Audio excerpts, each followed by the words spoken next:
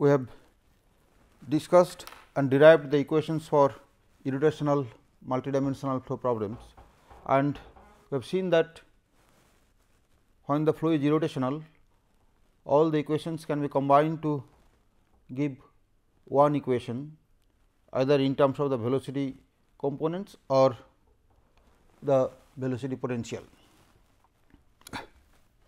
The equation is strongly nonlinear and is formidable and quite difficult to solve, and for general boundary conditions closed form solutions are not possible. However, before we discuss the further simplification that we can try on this equation and the boundary conditions, we will first see what the corresponding equation looks in streamline coordinate system.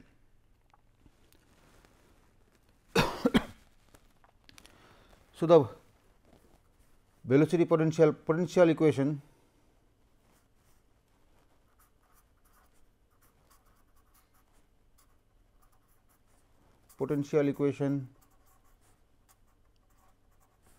in streamline coordinate system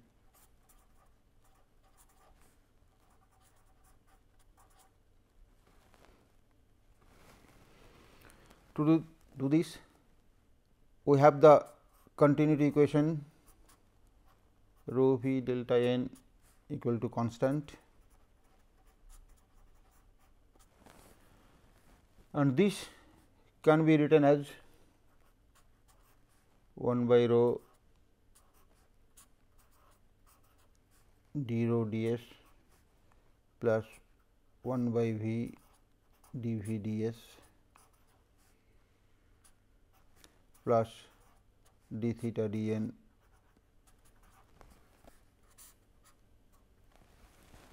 to 0.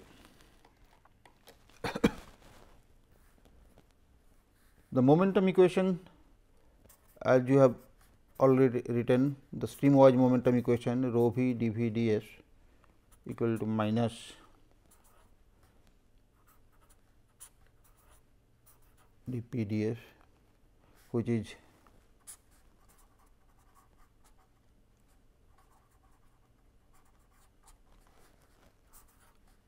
S momentum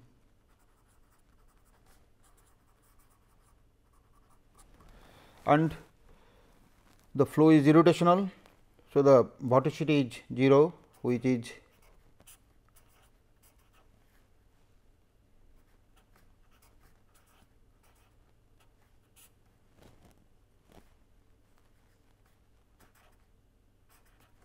d v d n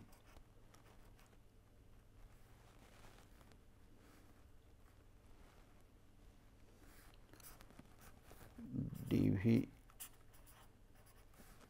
which is irrotationality.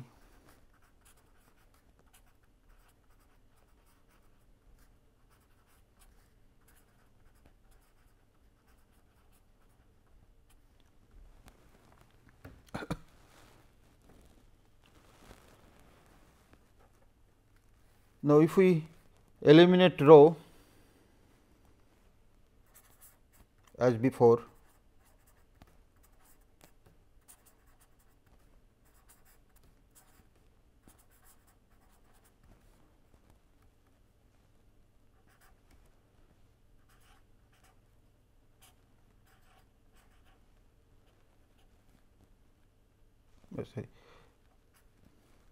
elimination of the pressure from this equation gives us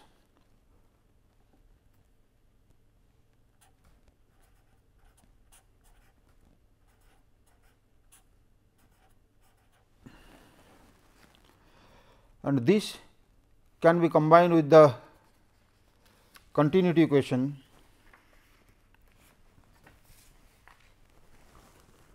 So, combining that with the continuity,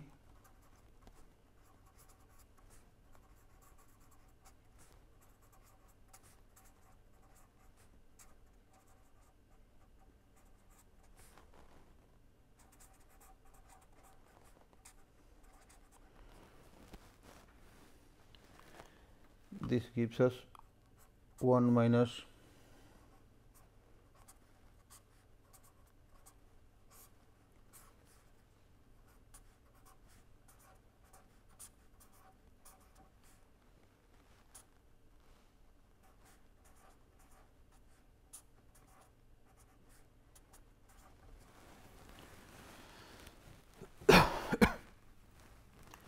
so this is the equation of form of the equation in streamline normal coordinate system. With this, now we will look further simplification of the equation.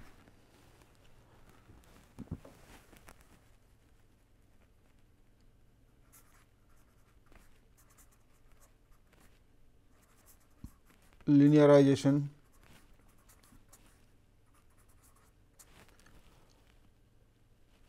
of the irrotational flow equation.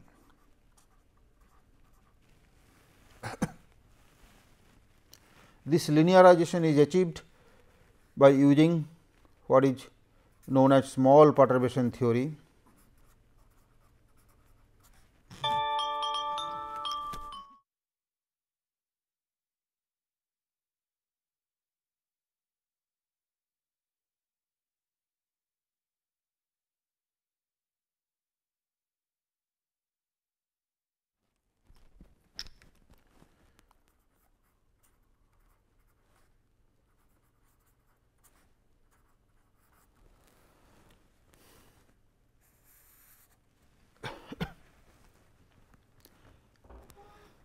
First of all, let us consider we have a free stream, say undisturbed stream,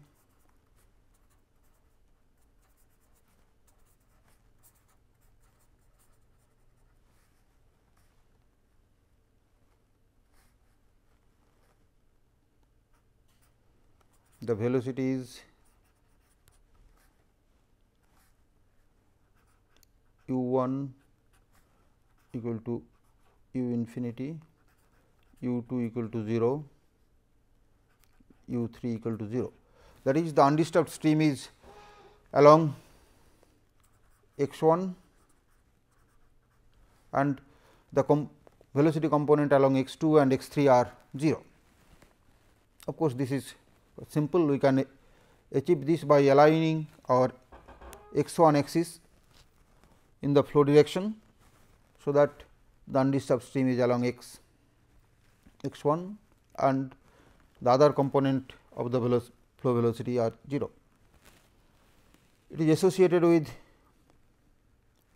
pressure, temperature, density and similar other parameters.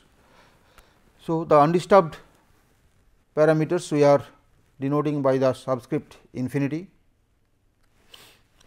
Now, let us say a body is placed in this undisturbed stream.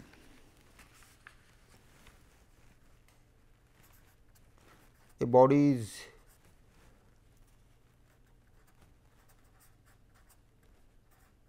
introduced in the stream.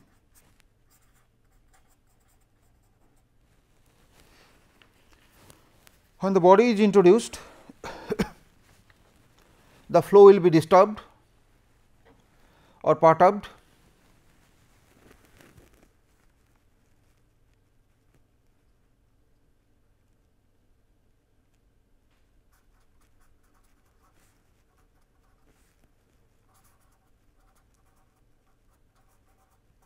Flow is disturbed or perturbed.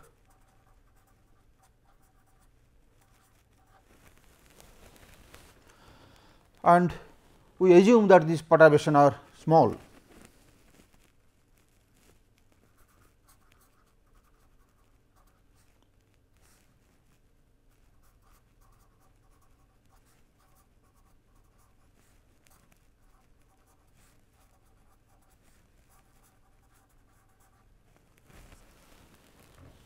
This is usually a quite justifiable assumption in aerodynamics, because most of the aerodynamical bodies are quite thin and the perturbation that they produced in a stream are usually quite small.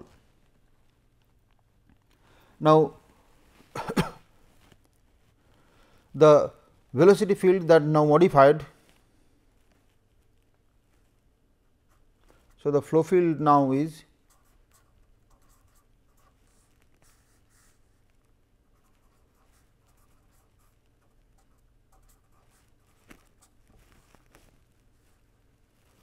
u 1 equal to u infinity plus u 2 is, let us say we will call it v, and u 3 equal to w. So,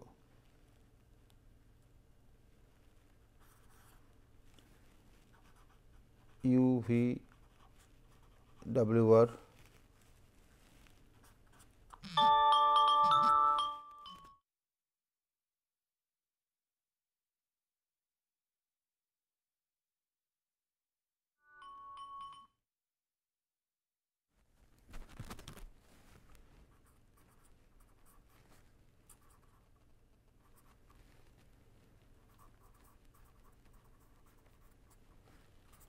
perturbation velocity components.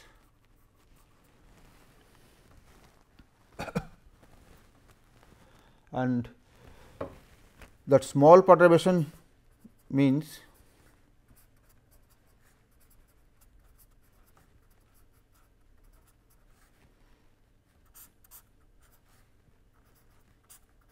that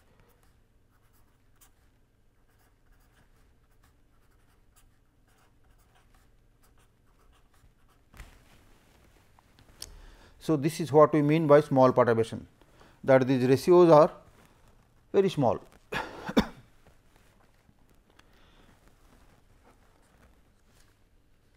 Now, with this the equation of motion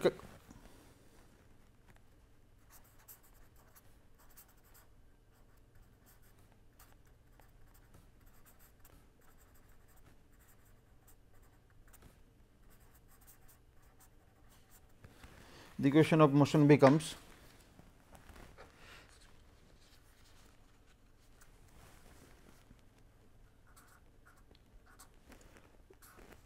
square d u dx 1, that is we are substituting u 1, u 2, u 3 these values in the equation that we have already derived, and the resulting equation becomes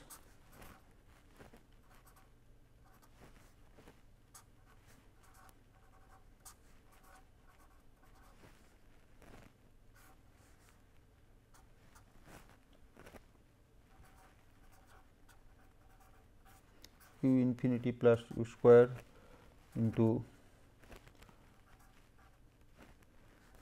d u dx 1 plus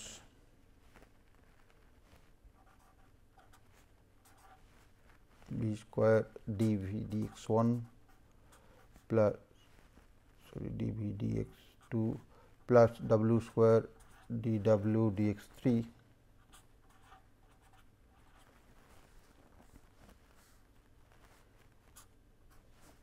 plus u infinity plus u into v into d u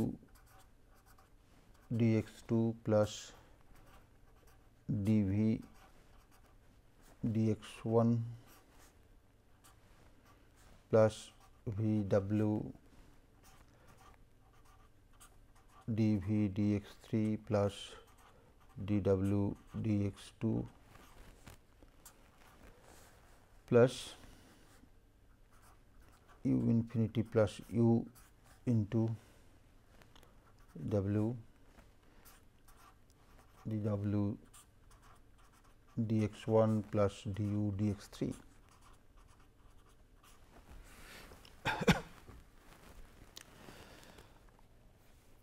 In this, the small u, v and w are the perturbation velocity, which we following our assumptions are small when compared with respect to the free stream undisturbed velocity u infinity. Now, this equation contains only those perturbation velocities are unknown. However, it also contains the term the speed of sound A. The speed of sound A is also a local variable, as the flow velocity pressure changes from point to point, so does the speed of sound. And we now want to replace this speed of sound in terms of the speed of sound in the undisturbed stream A infinity. Now, that is achieved by using the energy equation,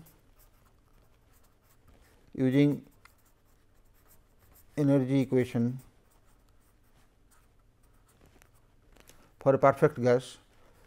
We have u infinity plus u square plus v square plus w square by 2 plus enthalpy square by gamma minus 1, which was same as before, since the flow is adiabatic. In the undisturbed stream, this was A infinity square by gamma minus 1 plus u infinity square by 2.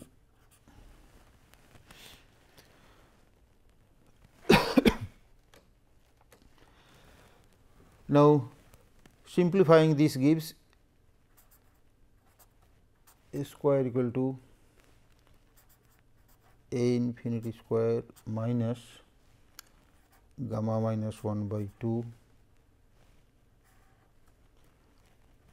to u infinity u plus u square plus v square plus w square.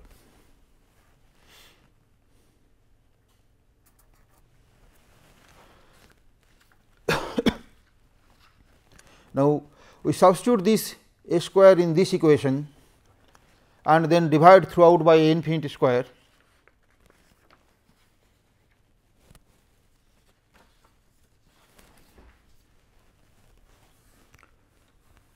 The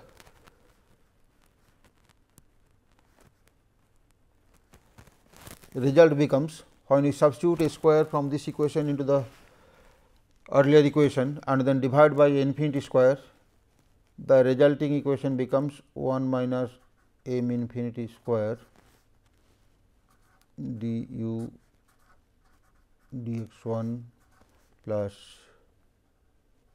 dv dx2 plus dw dx3 equal to m infinity square into gamma plus 1 into u by u infinity plus gamma plus 1 by 2 u square by u infinity square plus gamma minus 1 by 2 b square by plus w square by u infinity square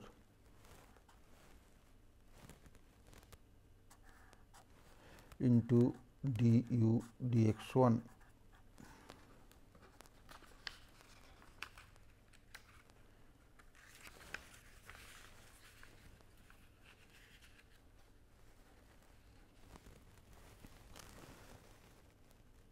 Plus m infinity square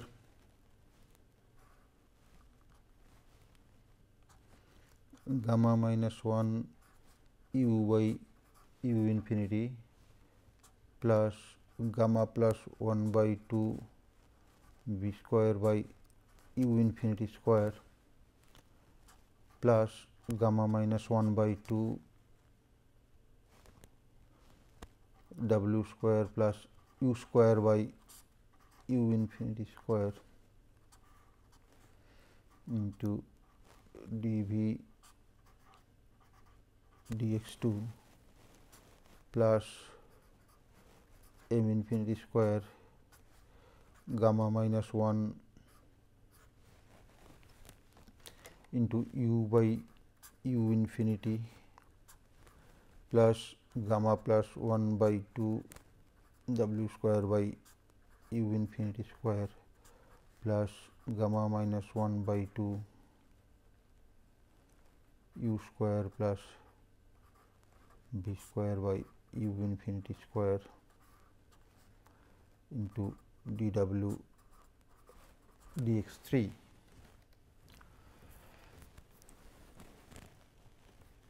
plus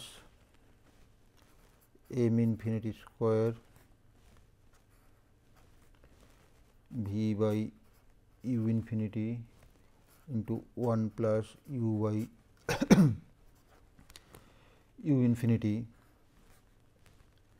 into du dx 2 plus dv dx 1 plus w by u infinity into 1 plus u by u infinity into du dx 3 plus dw dx 1 plus v w by u infinity square into dw dx 2 plus dv dx 3.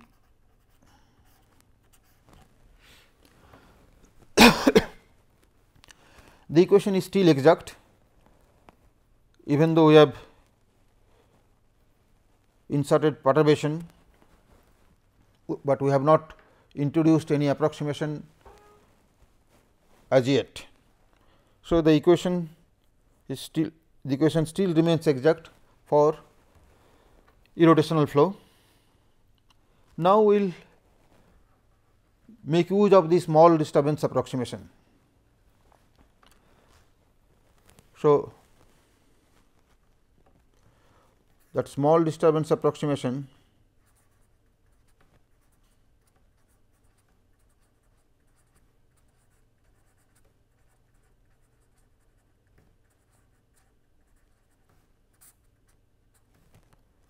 neglect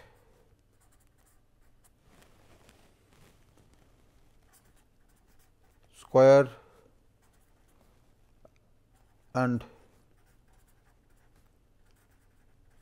product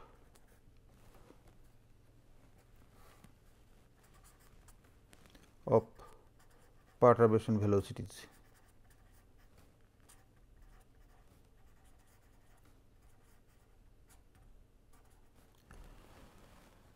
That is, since u by u infinity is very small, then the square of it is still smaller, or similarly u by u infinity is small, v by u infinity is small. So, their product is also much smaller, and consequently, we neglect such terms which are present here. So, you can see that from this equation this term can be neglected, this can be neglected, here also this can be neglected, this term can be neglected, here this term is negligible, this is also negligible, and in this product of this and this, that is negligible, but not this one, this is a single product. Similarly, here also product of this and this is negligible, but not this, and this term is negligible. So, if we neglect all such terms, the equation now becomes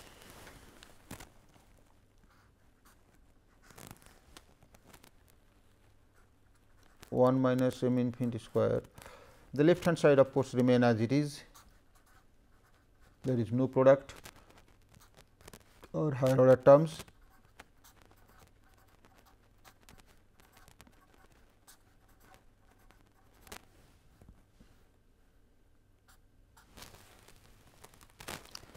The first term keeps only m infinity square gamma plus 1 u by u infinity du dx 1.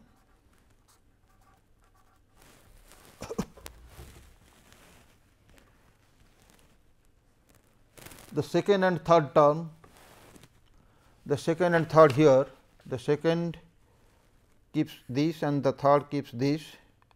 So, the second and third together can be combined to m infinity square gamma minus 1 u by u infinity into dv dx2 plus dw dx3.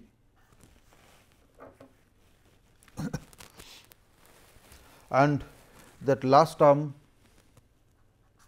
keeps m infinity square b by u infinity du dx2 plus dv dx1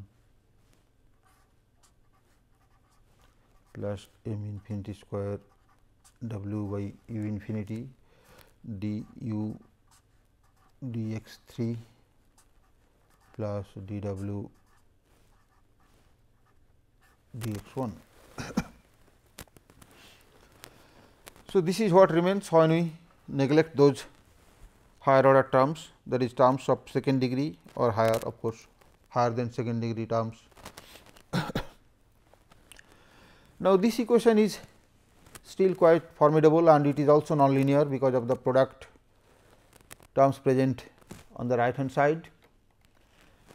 Now, this equation can again be further be simplified if we further assume that the product of this perturbation velocity and the gradient of those perturbation velocity is also small. So,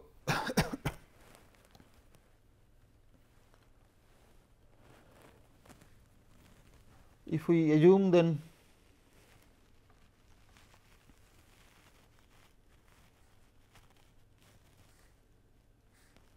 so this equation is still nonlinear.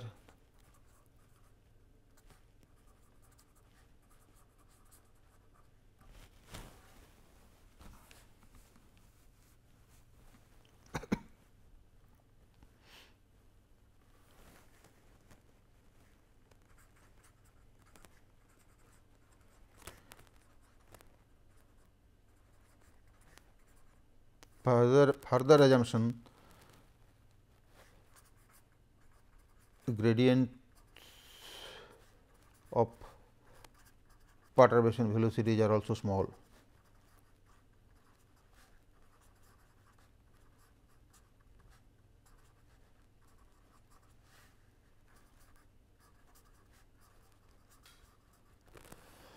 If we assume that, then we see that on the right hand side all the terms are again product of two small terms.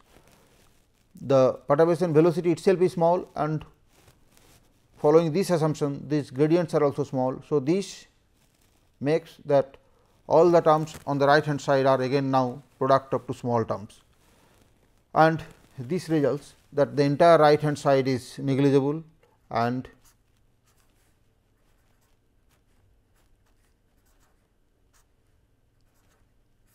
sorry 1 minus m infinity square du dx1 plus dv dx2 plus dw dx3 equal to 0, or in terms of perturbation potential this becomes 1 minus m infinity square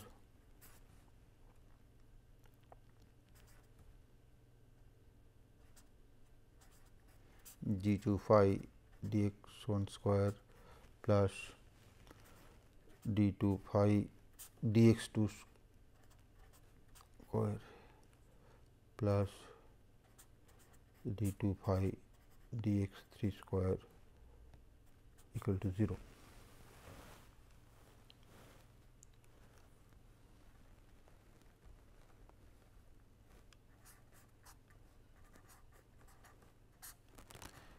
And when m infinity approaches 0, this becomes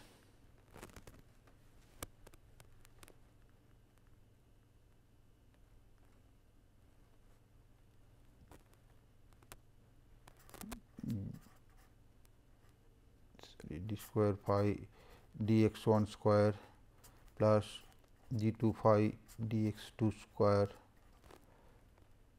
plus d 2 phi dx 3 square equal to 0, or which is the well known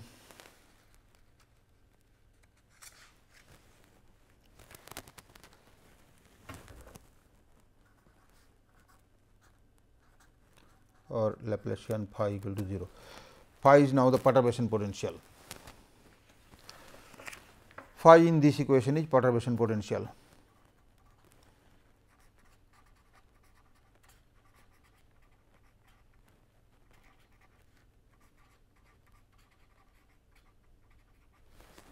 Phi in this equation is perturbation potential.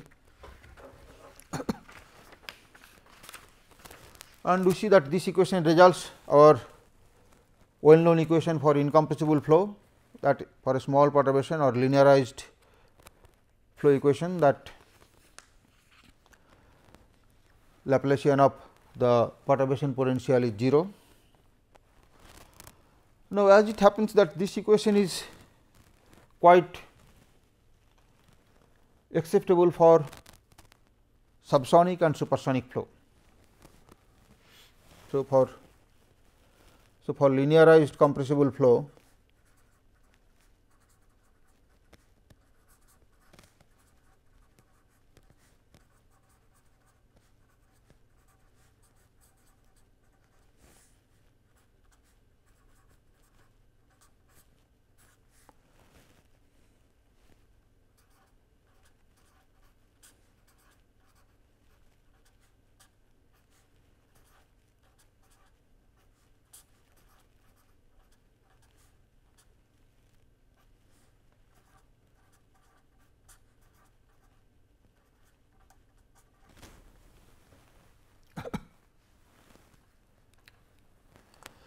however, as it happens this holds good or valid for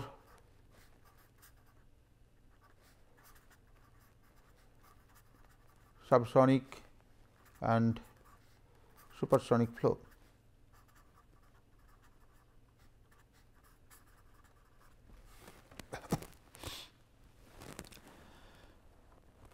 But the equation is not accurate enough when m infinity is very close to 1 or m infinity is very large.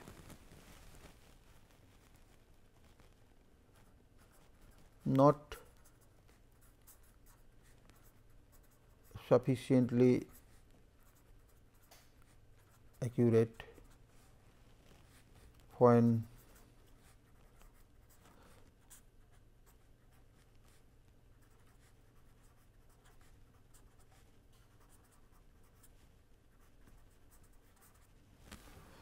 we call these transonic flow for the time being, and this is a hypersonic flow.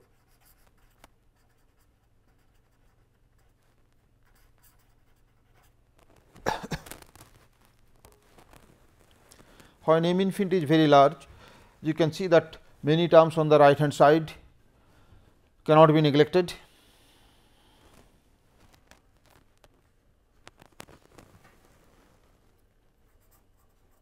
For very large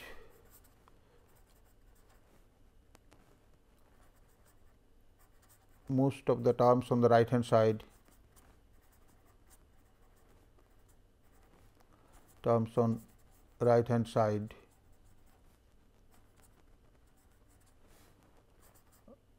cannot be neglected.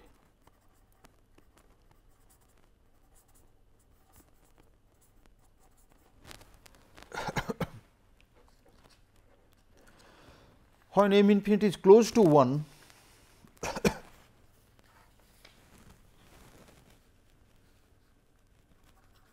when m infinity is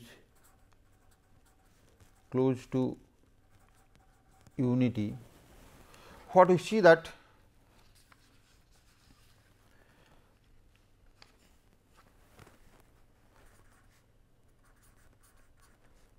coefficient of du dx 1 on the left hand side is 1 minus m infinity square, and when m infinity is very small, very close to 1, this is very small.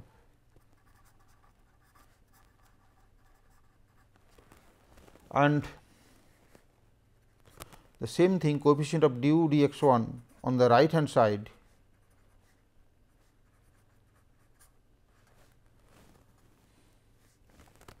is m infinity square gamma plus 1 into u by u infinity. Now, this is also small, and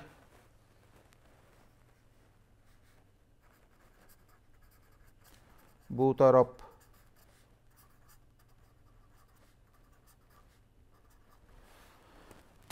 of same order. Both are of same order of magnitude.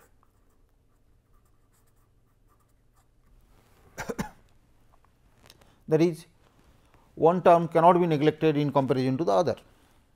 So, both must be retained. So, this implies both must be retained.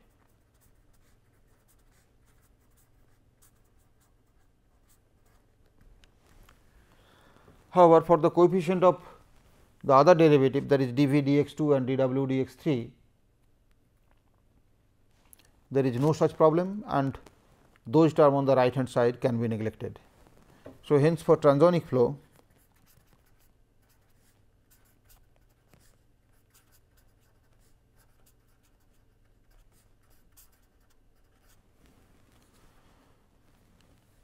the appropriate equation is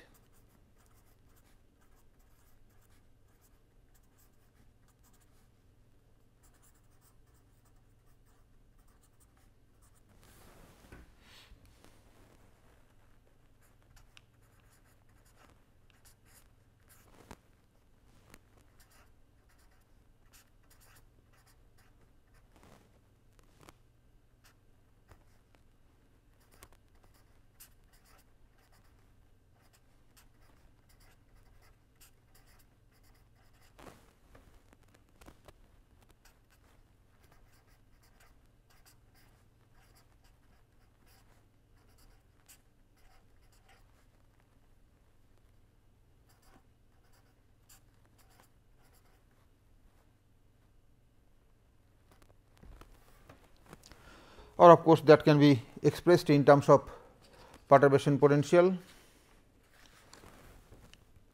or in terms of perturbation potential, this becomes 1 minus m infinity square d 2 phi dx 1 square plus d 2 phi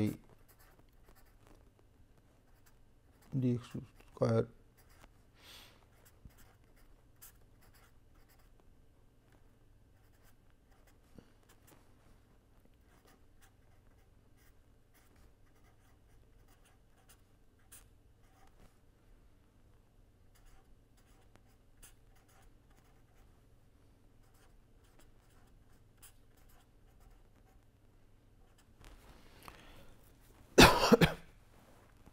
So, even in this equation there is only one unknown variable, which is phi. However, the equation is still nonlinear. So, you can see that even with small perturbation approximation, the governing equation cannot be linearized for transonic flow and of course, also for hypersonic flow. However, it is possible to linearize the equation for both subsonic and supersonic flow.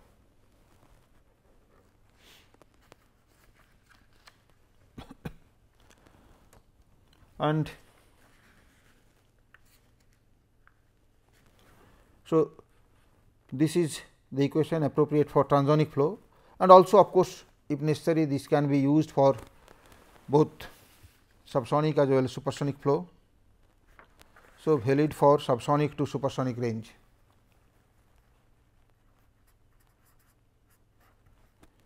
Valid for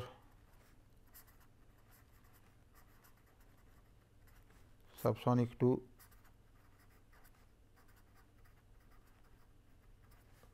supersonic range, and the right hand side can be neglected when the flow is outside the transonic range. That is, the right hand side can be neglected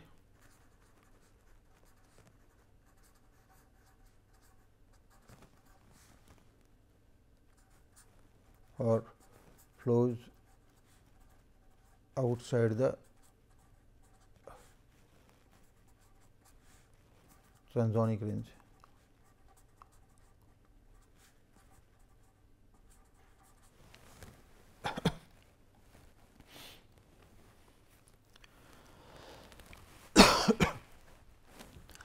Now, as in case of incompressible potential flow, that once the potential function is solved for, we can very easily find the velocity component, that is the perturbation velocities are simply the derivative of those perturbation potential, and then we need to find the pressure coefficient or pressure from the velocity, from the known velocity field. Now, let us see what we can do here. So, how to find the linearized pressure coefficient?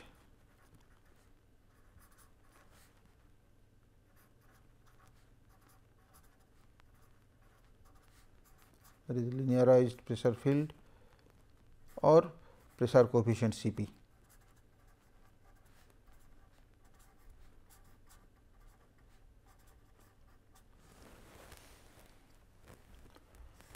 Because you are more interested in pressure coefficient than the absolute pressure. Now, this pressure coefficient by definition is P minus P infinity by half rho u infinity square, which we have shown that half rho infinity u infinity square can be written as gamma p infinity m infinity square. So, this becomes 2 by gamma m infinity square by p minus p infinity by p infinity, which we write as 2 by gamma m infinity square p by p infinity minus 1. Now, the flow is isentropic. So, this can be written as 2 by gamma infinity square, p by p infinity can be written as t by t infinity to the power gamma by gamma minus 1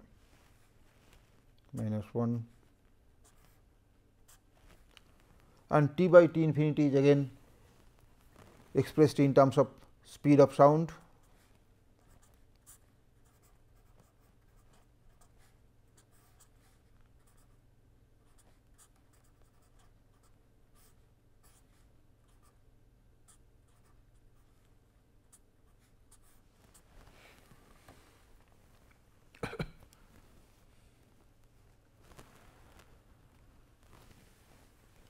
Now, using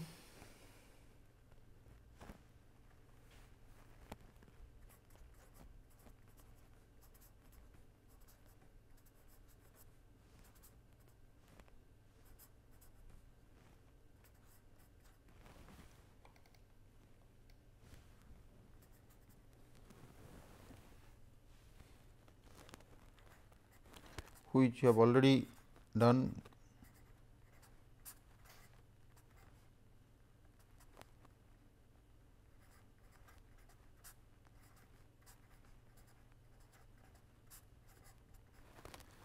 and b square is u infinity plus u square plus v square plus w square.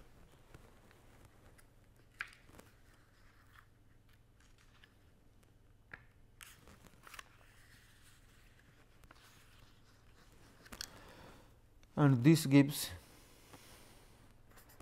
a square by a infinity square to be 1 plus gamma minus 1 by 2 m infinity square into 1 minus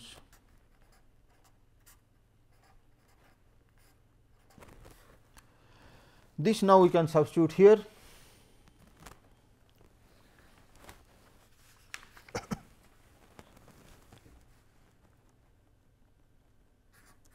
So, we have the pressure coefficient 2 by gamma m infinity square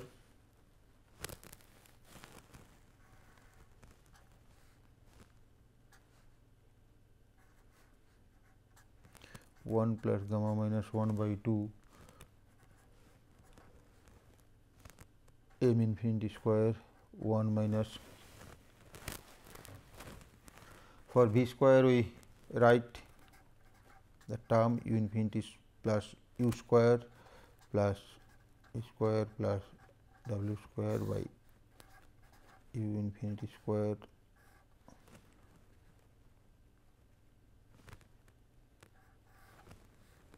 to the power gamma by gamma minus 1 minus 1.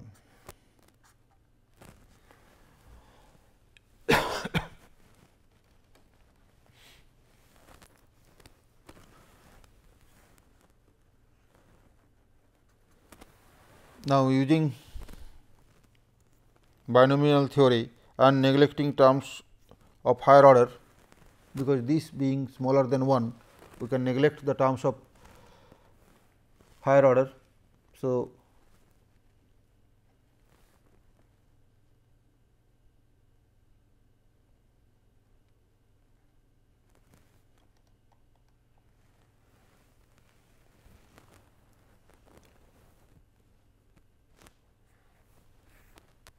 we can expand this in binomial using binomial theorem and neglect the terms of higher order, and this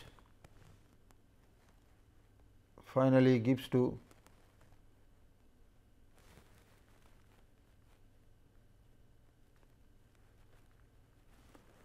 minus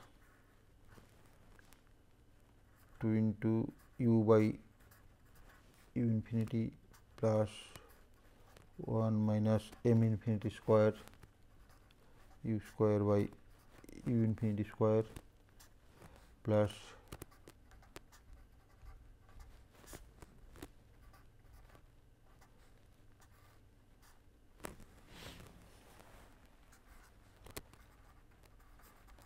higher power terms are neglected.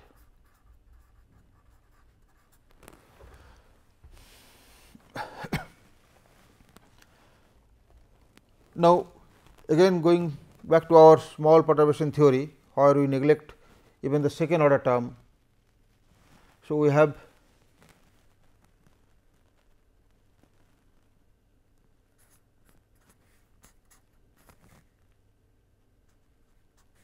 minus 2 u by u infinity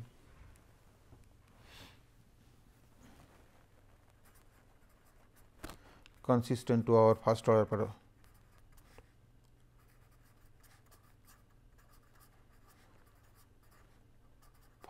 perturbation theory. That is, we keep only the first order terms, not the product and square terms.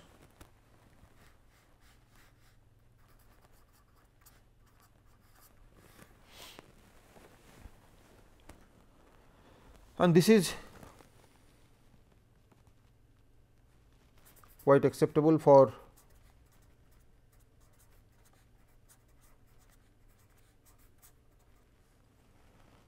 two dimensional flow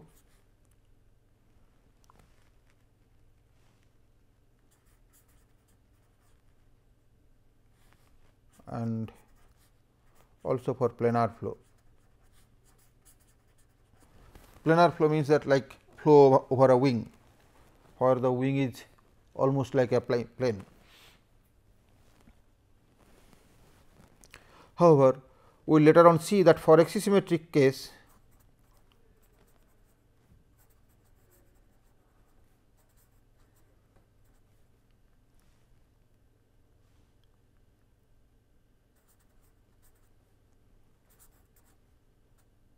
the Cp is minus 2 u by u infinity, and this last term is not negligible.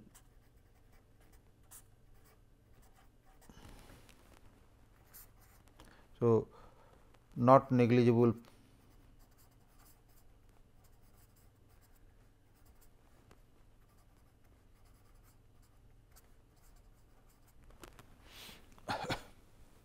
this of course, will come later, that why it is not negligible. So, you see that for two dimensional and planar flow, this linearized pressure coefficient becomes simply twice the x 1 component of normalized perturbation velocity with negative sign.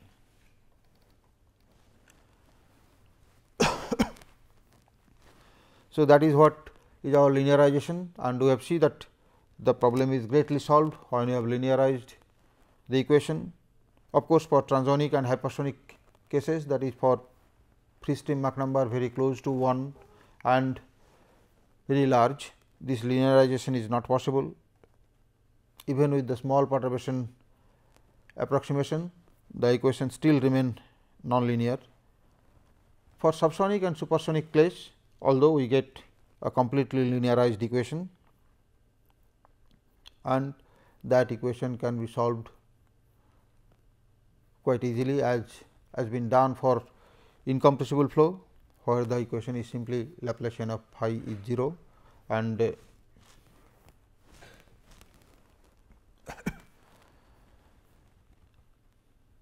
however, this to solve these equations we are also in need of the boundary conditions.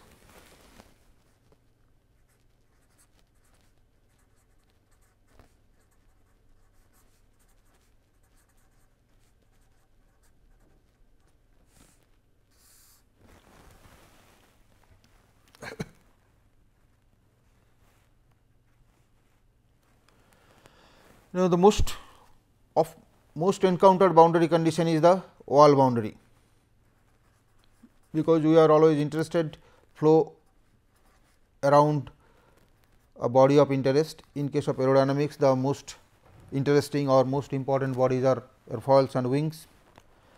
So, we are most often encountered with a wall boundary, and in wall boundary it is that no mass flow through the body,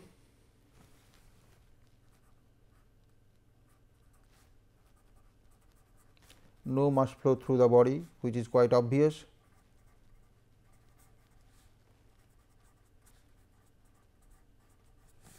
and this implies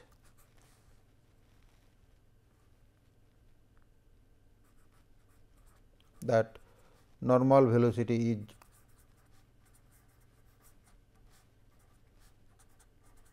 zero, that is the normal velocity u dot n equal to 0, or u 1 n x 1 plus u 2 n x 2 plus u 3 n x 3 equal to 0, or velocity is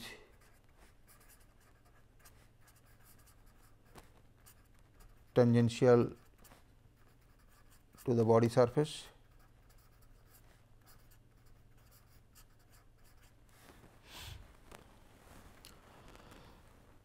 which is also equivalent to saying that the body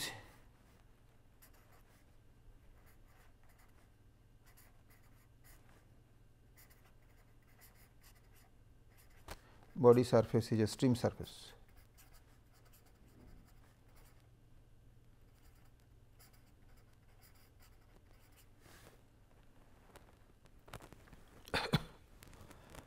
And with this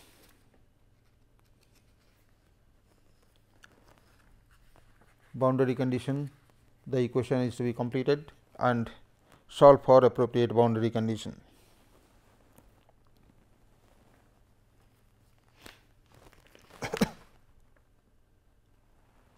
So, what we have done in this lecture is that we have derived the linearized form or the of the irrotational flow equation or the potential equation for the irrotational problem. We now have only one equation in terms of a single unknown variable, that is the perturbation potential or the velocity potential, and we also have the boundary condition, which if necessary can be linearized for a particular given problem. Now, first problem that we will be handling is a two dimensional flow past wave shaped wall. So, the first problem that we will consider is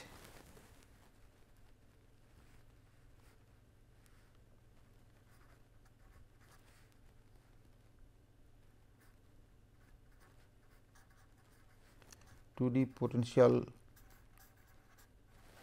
flow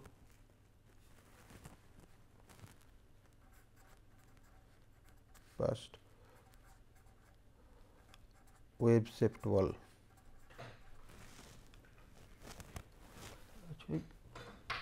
আমি সেকেন্ডটা শুরু করে দিচ্ছি নাকি? ও আচ্ছা,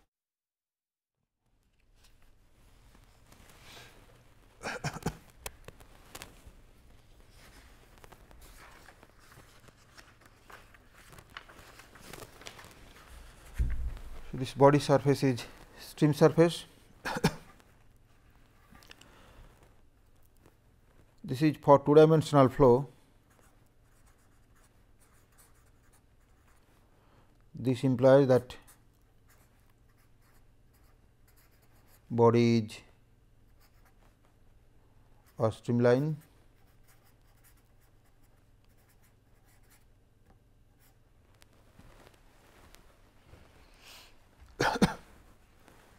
and hence the boundary condition can be expressed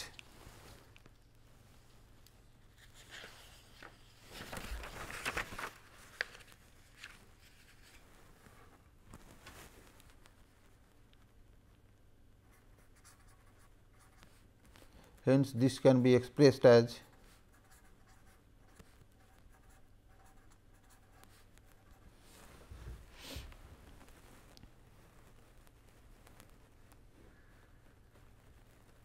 body slope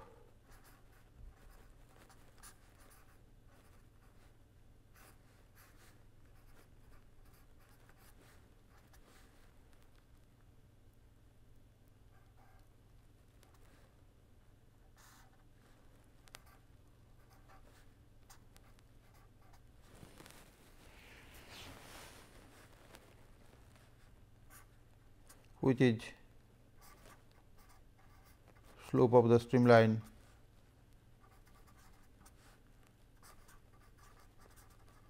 approximately slope of the streamline, and this is slope of the body.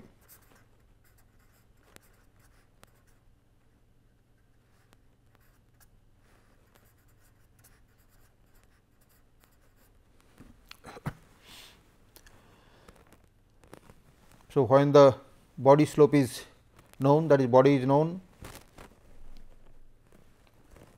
then we can equate that body slope to the slope of the streamline, which is v by u infinity u, of course calculated on body.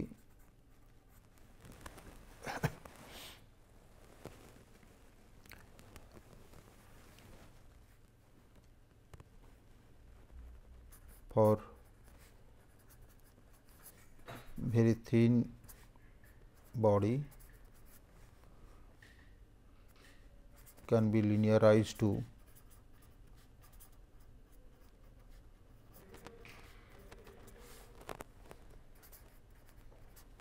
dx2 by dx1